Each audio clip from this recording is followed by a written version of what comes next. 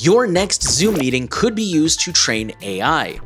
India is pushing ahead with their revised data privacy bill, several alarming new vulnerabilities in popular CPUs, and some interesting open source stories. Welcome to Surveillance Report 146, where we are dedicated to keeping you private and secure with the latest news from the past week. I am Nathan from The New Oil. And I'm Henry from Techlore.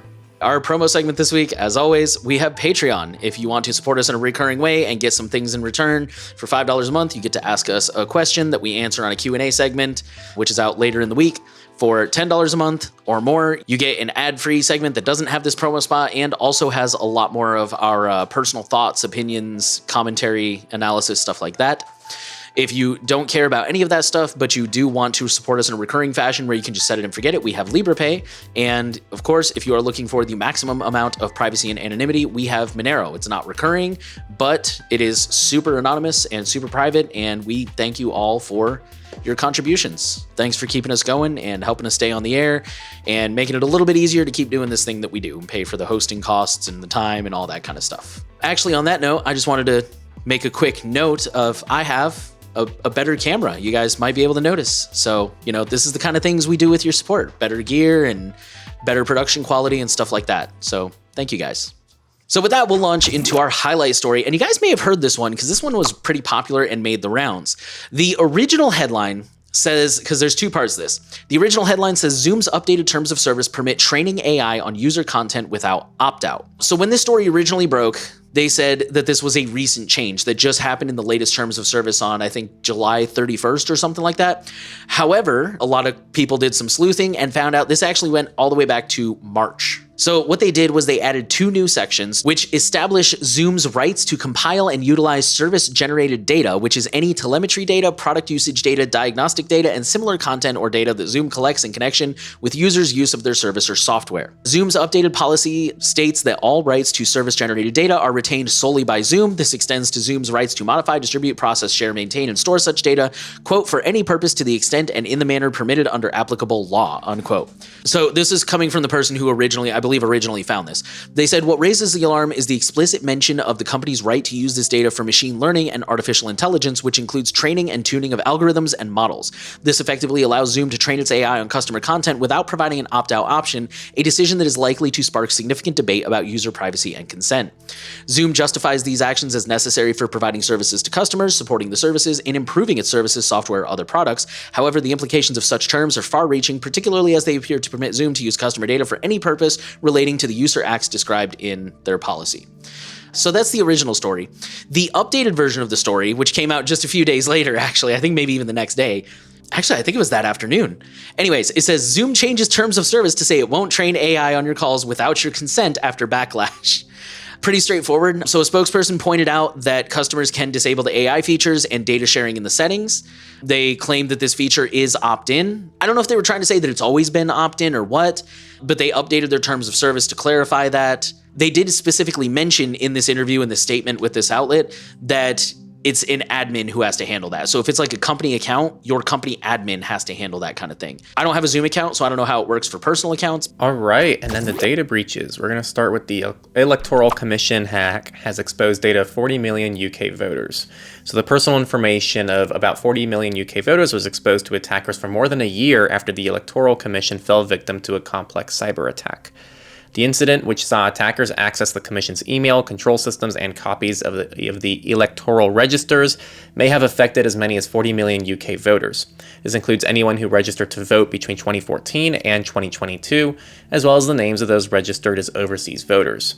While the Commission has been unable to ascertain whether the attackers exfiltrated data held on its systems, it says that data potentially impacted includes UK citizens' full names, email addresses, home addresses, phone numbers, and any personal images sent to the Commission and any details provided via email or online contact forms. Nobody has been named as the attacker yet. The next one's pretty quick, but equally concerning.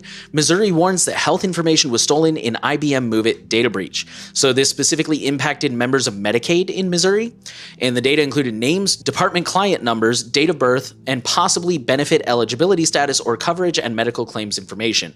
And also, in at least 2 cases, social security numbers. Apparently, the Medicaid was just using IBM as like their cloud provider, I believe they said, and they just got caught up in this. Fear stalks Northern Irish police after catastrophic leak of personal data. In the late 1960s and 1990s, Ireland experienced a period of guerrilla violence known as the Troubles, a little history lesson, and more than 3,500 people were killed, according to Wikipedia, which included 52% civilians and 32% British security forces. Nate typed out this note here, but from what he understands, this is a period not talked about much in history classes outside of the area, but we both assume it still carries a pretty intense societal PTSD for those affected and who still live in the area. To the actual privacy and security side of things, thousands of police officers are today agonizing over their futures over a monumental data blunder saw the Police Service of Northern Ireland accidentally publish the names and professional details, including, most sensitively, the base, unit, and duties of every single officer and civilian employee in the force. It also includes information on relatives and close friends. This is all a result of the wrong Excel spreadsheet being uploaded to a Freedom of Information website. What's the tie between these two things? The tie is, from what the way the article kind of framed this, is the police are like incredibly afraid of retaliation and violence. And I think it just, the way they described it, and here, let me go click on it. But the way they described it is, I think it had to do with the Troubles that happened all those years ago. And I kind of got the impression from the article that it's something that as a culture, Northern Ireland hasn't really healed from.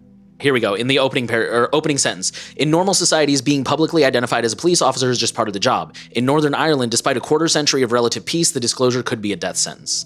Even though it's been like 25 years since the Troubles, it sounds like it's still something that kind of lingers in the consciousness.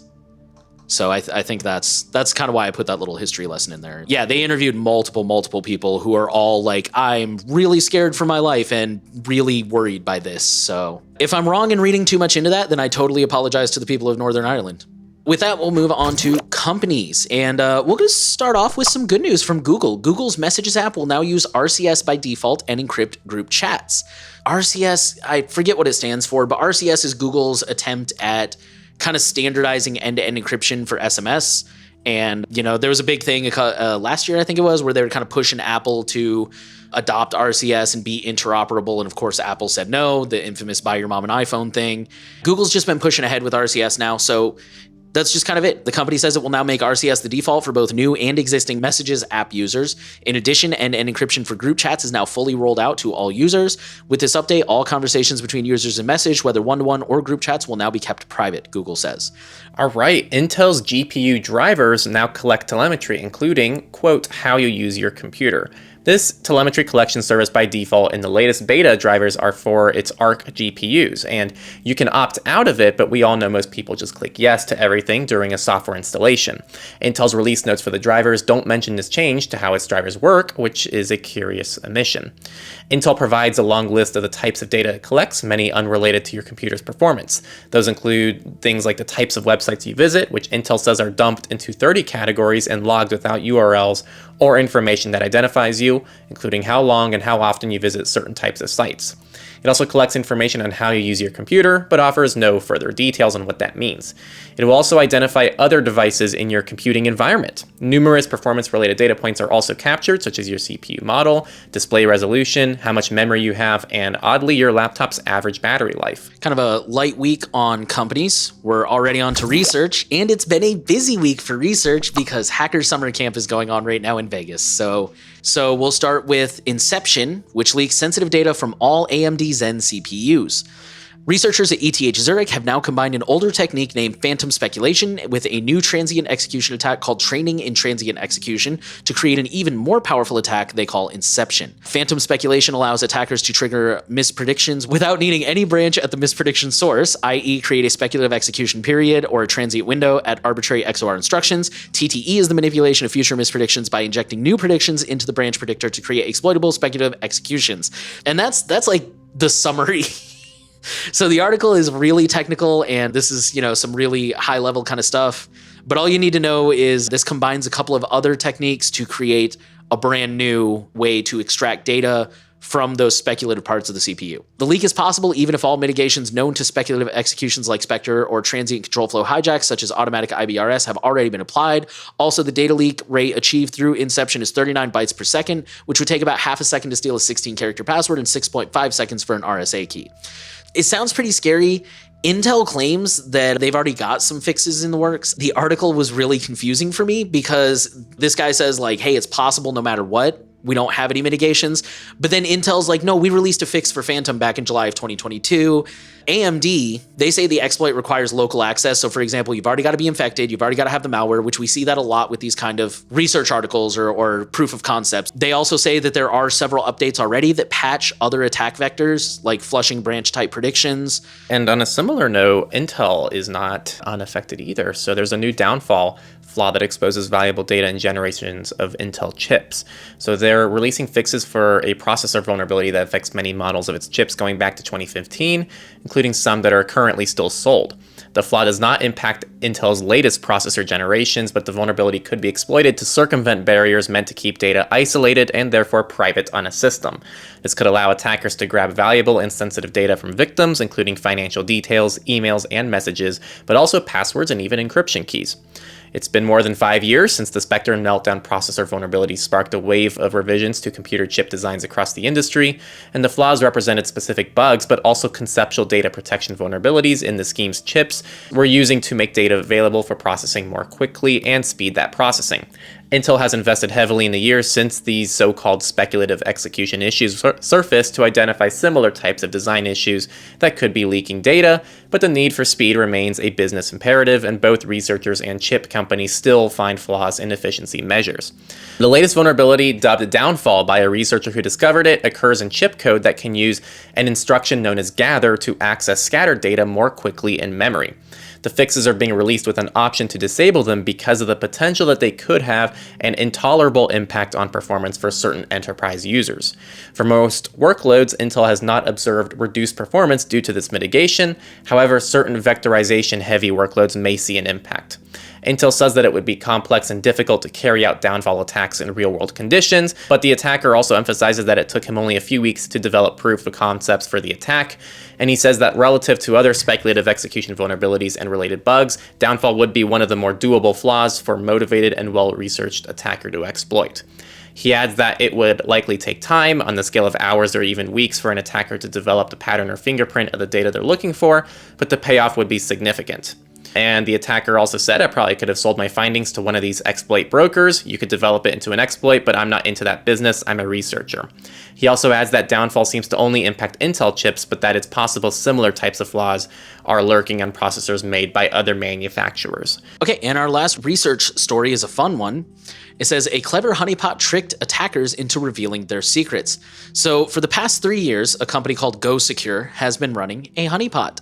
And quoting the article, an analysis of more than 100 hours of screen recordings from the attacks, an arguably unprecedented amount of data about the behavior of cybercriminals in action, shows the attackers gave away many of their most precious secrets. They inadvertently revealed the hacking tools they use and how they use them and what they do when they break into a system. Those foolish enough to log into their personal email accounts also handed over details about their lives away from the keyboard.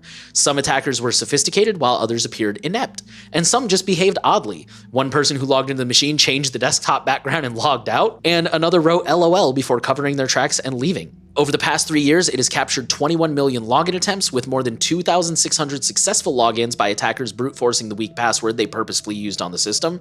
They recorded 2,300 of these successful logins, gathered 470 files that were uploaded, and analyzed 339 of the videos with useful footage. There's a lot more in here. It's a pretty long article, but honestly, you can just kind of skim it. They just talk about the different kinds of behaviors they see, the things they learned. The next story is politics, and it's going to talk about the White House, which has held its first ever summit on the ransomware crisis plaguing the nation's public schools. I'm going to keep this pretty brief because I think a lot of people listening probably already know about the kind of scope of this issue, which is ransomware attacks on public institutions. And I go through a lot of stats that talk about how important this is and why it's a concern. But aside from that, I'm going to go to kind of the update story here, which is the things they discussed at this summit, which is among measures announced at the summit, the Cybersecurity and Infrastructure Security Agency will step up tailored security assessments for the K-12 sector, while technology providers, including Amazon Web Services, Google, and Cloudflare, are offering grants and other support. A pilot proposed by the FCC chair has yet to be voted by the agency would make $200 million available over 3 years to strengthen cyber defense in schools and libraries, which they say is a drop in the bucket, which is the CEO of the nonprofit Consortium. consortium? Yeah, or consortium, whatever. Consortium for School Networking. School districts wrote the FCC last fall asking that it summit much more. And Kruger said some $1 billion could be made available annually from its E-rate program, which has helped expand broadband internet to schools and libraries across the country. A big reason has been the unwillingness of school districts to find full-time cybersecurity staff. In its 2023 annual survey, the Consortium for School Networking found that just 16% of districts have full-time network security staff, down from 20% last year. Okay, so the next story is also a really quick one. The headline says, U.S. cyber inquiry investigates Microsoft's involvement in data breach. So Bloomberg News reported Thursday that a U.S. cybersecurity advisory panel is investigating the risks associated with cloud computing, which also includes Microsoft Corporation. The Cyber Safety Review Board, CSRB, will focus on risks to cloud computing infrastructure, including identifying and authentication management, and will review all relevant cloud service providers. The report comes after Senator Ron Wyden in July asked the FTC and CISA and the Department of Justice to take action against Microsoft following their recent hack. 8 months pregnant and arrested after false facial recognition match. A woman was arrested in Detroit on charges of carjacking and robbery while 8 months pregnant. She was held for 11 hours, had her iPhone seized to be searched, and after being charged and released on a $100,000 bail, she went to the hospital where she was diagnosed with dehydration and given 2 IVs. A month later, the charges were dismissed. This is the 6th person to report being falsely accused of a crime as a result of facial recognition technology used by police to match an unknown offender's face to a photo in a database. All 6 people have been black. Miss Woodruff is the name of this most current woman, is the first woman to report it happening to her. On a Sunday night, 2.5 weeks ago, before police showed up to her door, a 25-year-old man called the Detroit police from a liquor store to report that he had been robbed at gunpoint. A detective with the police department's commercial auto theft unit got the surveillance video from the BP gas station, and it asked a crime analyst at the department to run a facial recognition search on the woman. The article notes that in 2015, she was arrested for driving with an expired license. 5 days after carjacking, the detective assigned to the case asked the victim to look at the mugshots of 6 black women. Her photo was among them. He identified her as the woman he had been with. That was the basis for her arrest, according to the police report. The city of Detroit faces 3 lawsuits for wrongful arrests based on the use of the technology, and she was embarrassed to be arrested in front of her neighbors and that her daughters were traumatized. They now tease her infant son that he was in jail before he was even born. Kind of on a tangent to this, Detroit police changing facial recognition policy after pregnant woman says she was wrongfully charged. So this is the update here. The officers will not be allowed to use facial recognition derived images in a photographic lineup, period. He said 2 captains must review arrest warrants when facial recognition is used in a case, among other changes. The new policies will be presented to the Detroit Police Board of Commissioners, and they said that there will be other evidence outside the technology for police to believe a suspect had the means, ability, and opportunity to commit the crime. Europe is cracking down after a rise in direct action climate protests, quote unquote direct action. Quoting the start here at the start of the article, Simon Lochner had plans to glue himself to a German city thoroughfare in June to call public attention to climate change. Instead, he ended up in police custody before he'd even left his home. Lochner is one of thousands of activists caught up in a European crackdown on a wave of direct action protests that gathered pace last year, demanding urgent government action against climate change. Determined to prevent such protests from strengthening further, states in Germany and national authorities in France are invoking legal powers often used against organized crime and extremist groups to wiretap and track activists. Reuters found, based on conversation with 4 prosecutors, police in both countries and more than a dozen protesters. Reuters could not establish whether European countries were coordinating policies or vigilance of the protesters beyond normal cooperation between police forces. A French government source with knowledge of the matter said intelligence services across Europe cooperated to monitor plans and activities. And then it just kind of goes on to give some examples. In May, police in several states raided homes of 7 leaders of the last generation. Bavarian prosecutors intercepted the phones of 6 leaders before the raids, part of the investigation into classifying the group as criminal organization. And another conservationist, an organizer of the Reservoir protest, who is not a member of this one organization that they are specifically mentioning here, was put under police surveillance by the government before the March protest, saying the surveillance was ordered under rules to prevent collective violence that could seriously jeopardize public peace. That process is overseen by the National Commission for Control of Intelligence Techniques, and surveillance in such cases must be authorized by the Prime Minister on a case-by-case basis. In an interview, he said that the surveillance included a GPS tracking device attached underneath his car and a camera placed to watch his father's house. In a January interview with a paper, a local officer confirmed that both devices had been installed. I'm kind of highlighting the surveillance-y bits here This article goes into a lot of detail.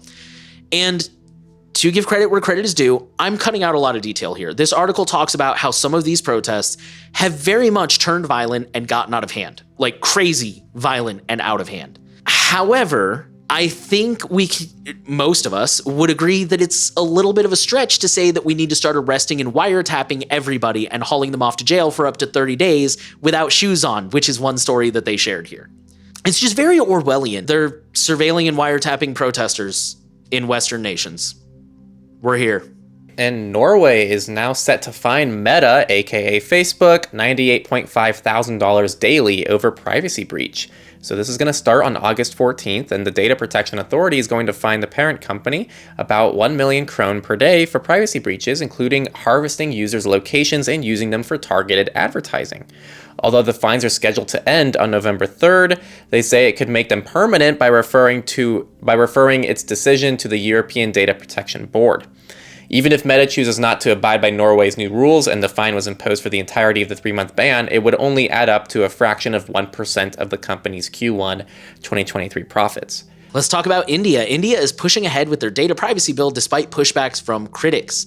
So India's lower house of parliament greenlit the revised data privacy legislation last week, even as the bill has received criticisms, with many believing that it grants significant discretionary authority to the government. We covered some of this last week. The bill makes it mandatory for companies collecting user data to obtain explicit user consent before processing it. However, it includes quote-unquote certain legitimate uses as an exemption for data collection without consent. It also empowers the government to establish a data protection board and appoint all the members, so, including the chairperson, and it also shields the government from any legal action. The bill still needs to be approved by the upper parliament and the Indian president, except not anymore because there's a follow-up article later in the week that says that the bill was approved by the upper house on Wednesday. So if I understood the article correctly, all that remains is for the president to sign it, and from what I've heard, I can't imagine why he wouldn't. So my heart goes out to people in India. That sucks. I'm sorry, guys.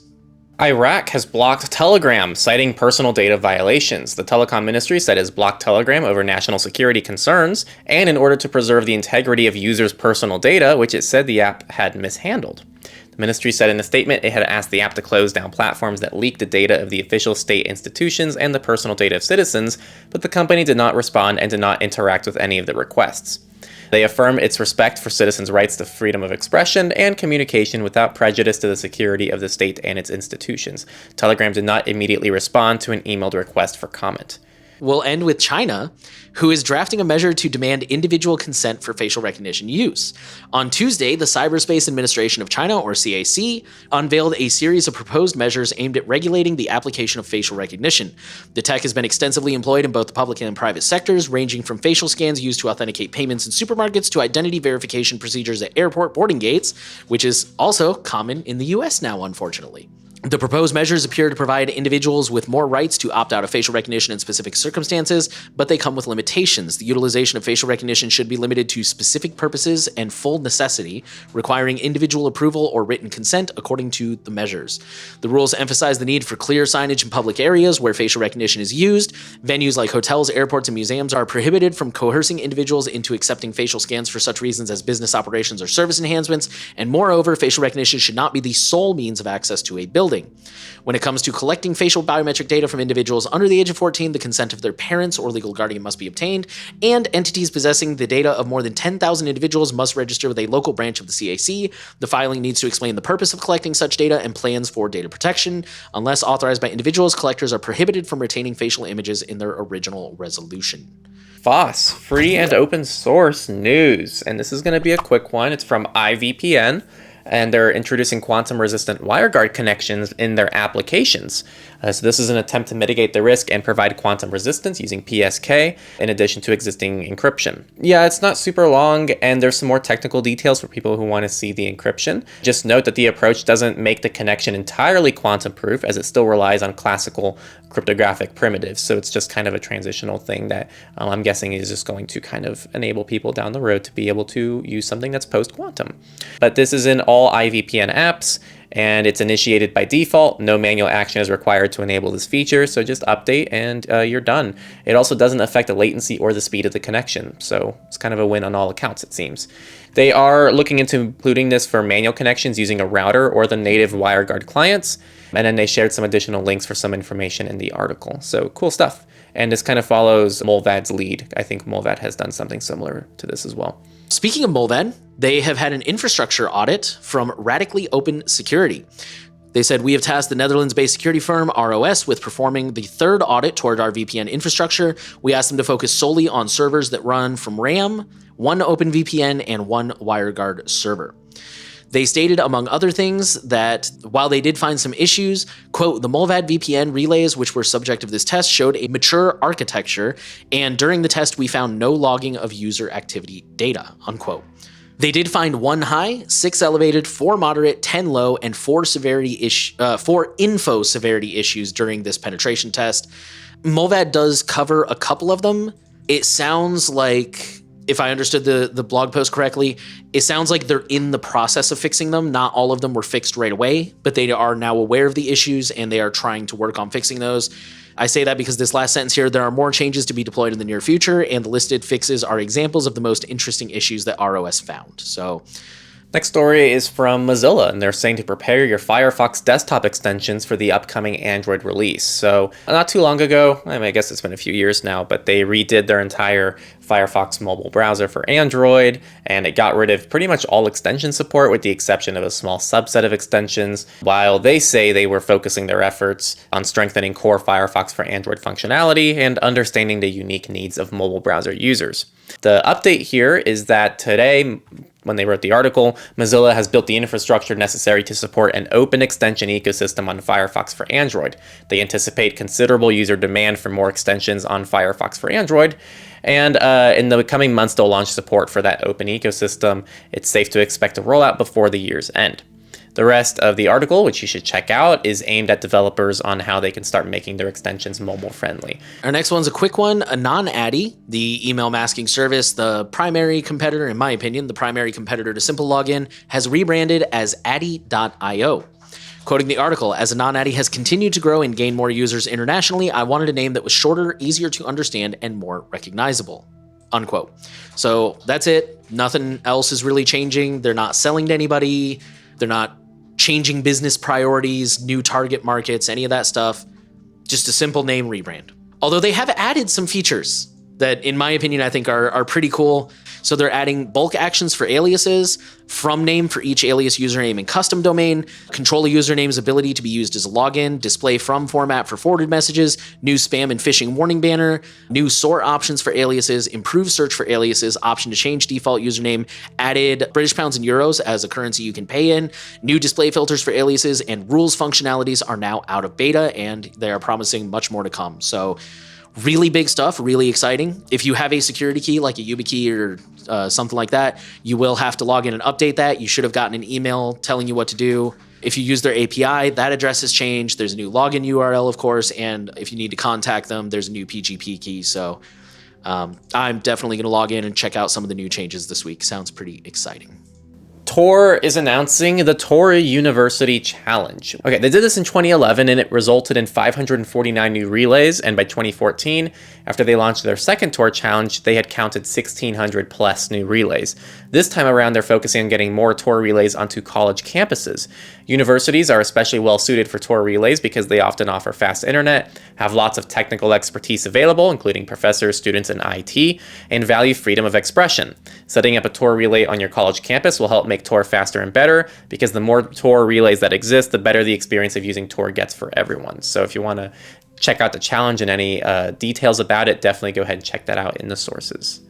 And we did not have any misfits this week, so we're going to go ahead and roll straight into our outro. You know, we talked about Zoom training their AI, which unfortunately is happening a lot these days. You got to be on guard. India's going ahead with that privacy bill again. That really sucks. My heart goes out to all the Indian viewers. I know we have several of you, and that's really unfortunate. Several alarming new vulnerabilities in popular CPUs, but again, probably not a huge deal. Keep them on your radar, but don't lose sleep. and a bunch of interesting FOSS stories this week. You know, some stuff from the VPNs and rebranding and all kinds of cool stuff going on. So if you want to keep us going, reminder that we have Patreon. That's probably the best way. It's set it and forget it. You get stuff in return. You get to ask us questions. You don't have to listen to this pitch every time, which we're as tired of saying it as you guys are of listening to it, I promise. And, you know, you get a longer version of events. If you prefer just to set and forget, but you don't want to deal with Patreon for whatever reason, we totally get it. We have LibrePay. That's always an option. And last but not least, we have Monero, which is the most anonymous and private way of supporting us. We see all of those contributions. We're very grateful for them. Thank you guys for helping us keep going. Thank you also for listening to Surveillance Report. Be sure to share the podcast around. You know, if there's any interesting stories that are relevant to people you know, be sure to share them. Make sure that you're subscribed. Give us a rating if you're on a platform where that's an option. We're trying to reach as many people as possible with a message of privacy, and you know, every little thing, every comment, like, subscription, share, the whole nine helps us do that. So thank you guys for listening, and we will see you next week with a Q&A later this week.